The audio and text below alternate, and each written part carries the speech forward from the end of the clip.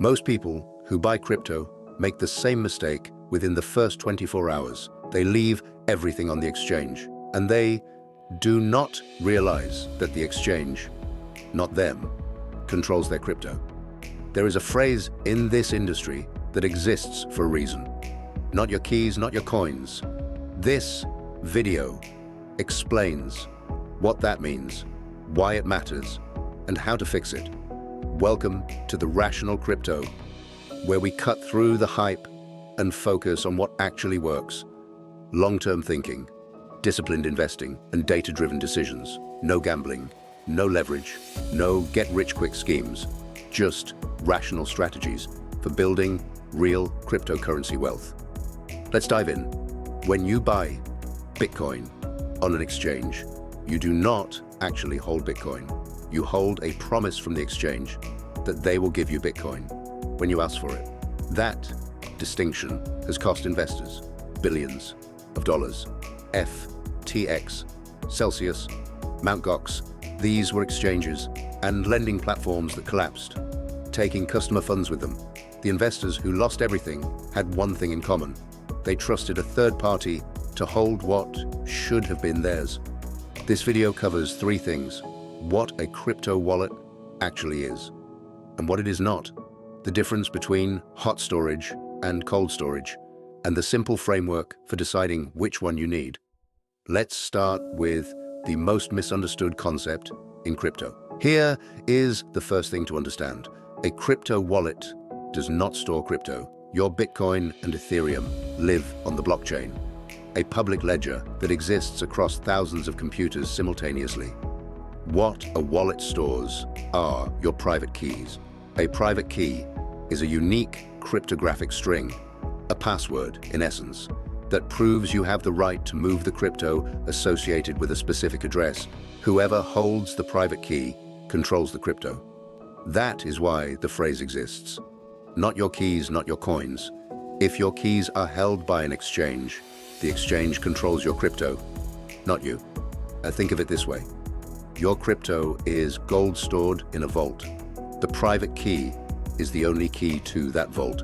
If you give the key to a bank and the bank fails, you're in the queue with all the other creditors. If you hold the key yourself, the vault is yours, regardless of what happens to the bank.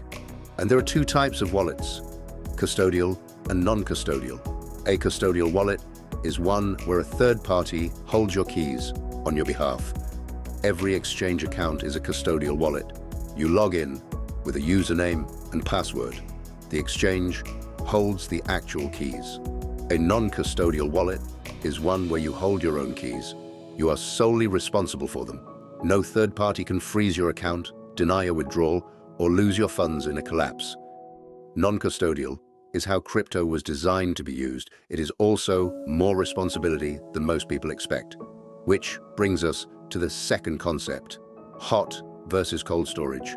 Hot storage refers to any wallet that is connected to the internet. Software wallets, apps on your phone or desktop, are the most common form. They are easy to set up, free, and convenient for everyday use. The trade-off is exposure. Because they are connected to the internet, they can be accessed remotely if compromised. A malicious app, a phishing link, or a compromised device can expose your private keys. Exchange accounts, as discussed, are also hot by definition. They are online, they are custodial, and they carry counterparty risk. Hot wallets are appropriate for small amounts. Bags, crypto, you are actively using, trading, or transacting with. The mental model here is straightforward. Think of hot storage like cash in your wallet. You carry enough for everyday needs. You do not carry your life savings. If your wallet is stolen, you lose what was in it. Not everything. Hot wallets serve a purpose. That purpose is not long-term storage of significant holdings. Quick pause. If you are building your understanding of how to hold crypto safely, and that matters to you, subscribe and hit the bell. This channel covers the full framework for rational, secure crypto investing. Now, hot versus cold. Cold storage is any wallet that is not connected to the internet. The most common and most reliable form is a hardware wallet. A hardware wallet is a physical device, roughly the size of a USB drive, that stores your private keys offline. When you want to sign a transaction, the hardware wallet processes it internally without ever exposing the private key to the internet. Even if your computer is compromised, the key never leaves the device. This is the closest thing the crypto space has to a bank vault. Think of it like cash. Keeping $100 in your pocket is fine. Keeping $100,000, you need a safe. For Bitcoin, that safe is a hardware wallet. The threshold at which cold storage becomes essential is a matter of personal judgment. A reasonable working rule: if your crypto holdings represent an amount you would not leave in a drawer unattended, they belong in cold storage. The other form of cold storage worth knowing is a paper wallet, a printed record of your private key.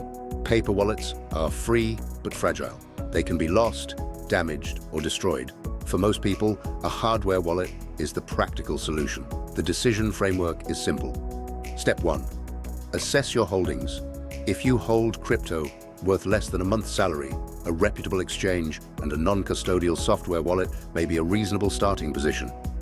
If you hold more or plan to accumulate more, cold storage is not optional. It is the rational choice. Step 2. Separate your crypto into 2 buckets.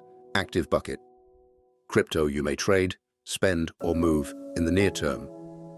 Keep this in hot storage. Keep the amount small. Reserve bucket: your long-term holdings. These belong in cold storage. This is the same principle institutional investors apply. Operating funds in accessible accounts, reserves locked away. Step 3. Secure your seed phrase. When you set up a non-custodial wallet, you're given a seed phrase, typically 12 or 24 words. This is the master key to everything in that wallet. Write it on paper. Store it offline, in multiple locations if the amount justifies it. Never photograph it. Never email it. Never enter it on any website. Ever. The seed phrase is the wallet. Lose it, and the crypto is inaccessible. Share it, and it is gone. The key principle across all 3 steps: control your keys, control your crypto. Every time you leave significant holdings on an exchange, you are trusting a third party not to fail. History is clear on how that trust has sometimes been rewarded. If this clarified how crypto custody actually works, hit like. It helps more people find rational information on a topic where bad information is expensive. 3 things to take from this video. A wallet does not store crypto. It stores the private keys that prove ownership of crypto on the blockchain. Hot wallets are convenient and connected. Cold wallets are offline and secure. The right structure uses both. Small amounts, hot; significant holdings, cold. Your seed phrase is your master key.